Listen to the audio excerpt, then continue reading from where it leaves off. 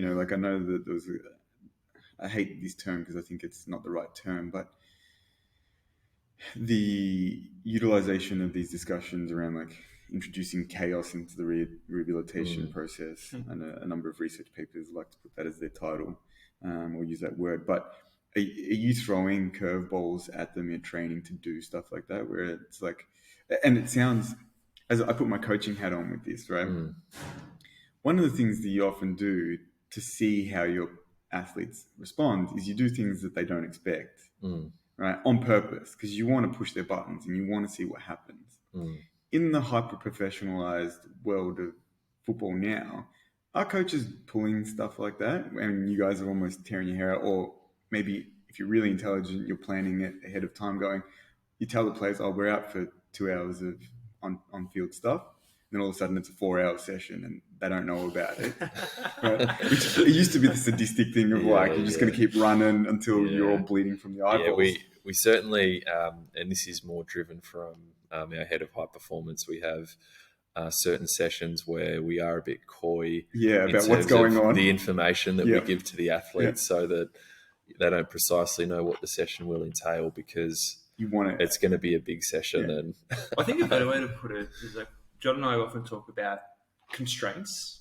So, in a training environment, you can create as many constraints as you like to control. Yeah, you can keep it as closed as it can be for that context. Because I also think too, like going back to the example you gave of an unexpected injury and that affecting rotations, it's not just about the actual physical workload, but actually the psychological impact. Because I'm going to have to play more minutes than I normally do. Or a different position, something like that, And there's probably I think there's a lot more to really understand about how your psycho-emotional state impacts your physiological response to mechanical or physical load.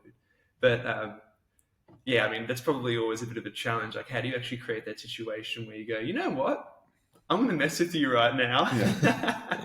But do you do that, John? All the time. Yeah, all the time. Like, you'll throw things in, and these days it's probably not so much with the programming, but it's kind of like maybe how you respond to something, whether you give feedback to something.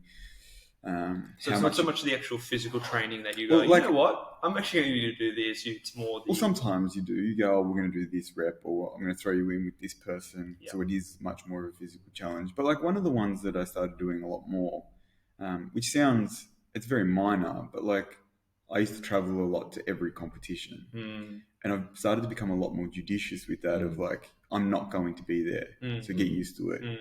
Know how to like prepare yourselves. And like, I think interestingly, like, I don't know whether they're even doing stuff like that at football level. It's like, oh, there's no coaches on the actual deck today. Like, this is the drill. This is the session. We'll be watching, but we're not really doing anything. Are they giving them the opportunities to kind of, psychologically prepare for that? Because obviously on the field, yes, messages go out with the runner. And I know that a few years ago, they kind of cut back on how many messages could go out and what could be said and all that kind of thing of like, how much of the players actually making decisions out on the field, which is very often, right? How good are they at actually being able to do that if you're not exposing them to those opportunities? And adapt, to the changes. And I think that's one of the things that, even as a clinician, as we've discussed a number of times in this, like, we like the protocols because it removes variables, it creates more certainty. I don't think ourselves we're good at being uncomfortable by like throwing in our own spanners to try and see how, as a clinician, how do you actually deal with that? How do you deal with not being able to have hands-on intervention going all the time? And it sounds silly because in your setting, you're all being paid, you're all like very high-level clinicians who are being asked to look after these people for you to walk away and say, well, today we're not doing anything, right? Spend for yourselves. Or here's your rehab plan. I'm going to watch, but I'm not going to say anything. I'm not going to do anything. Yeah. You like, go for it.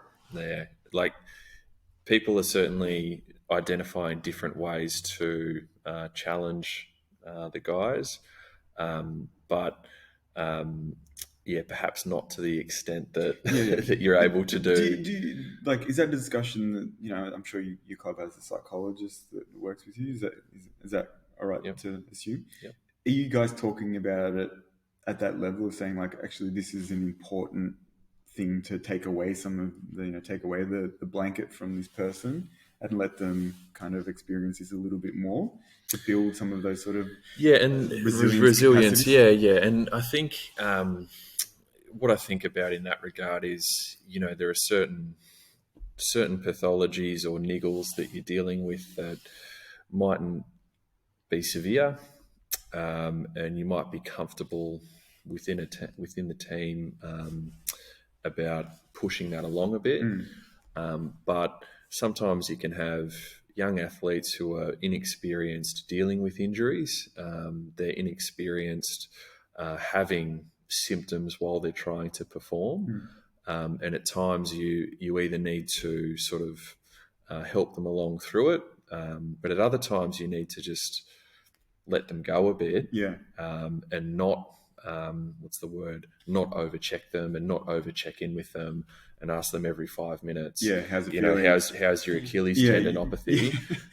Because in my experiences that creates hypervigilance, and it creates a over reliance on the medical staff.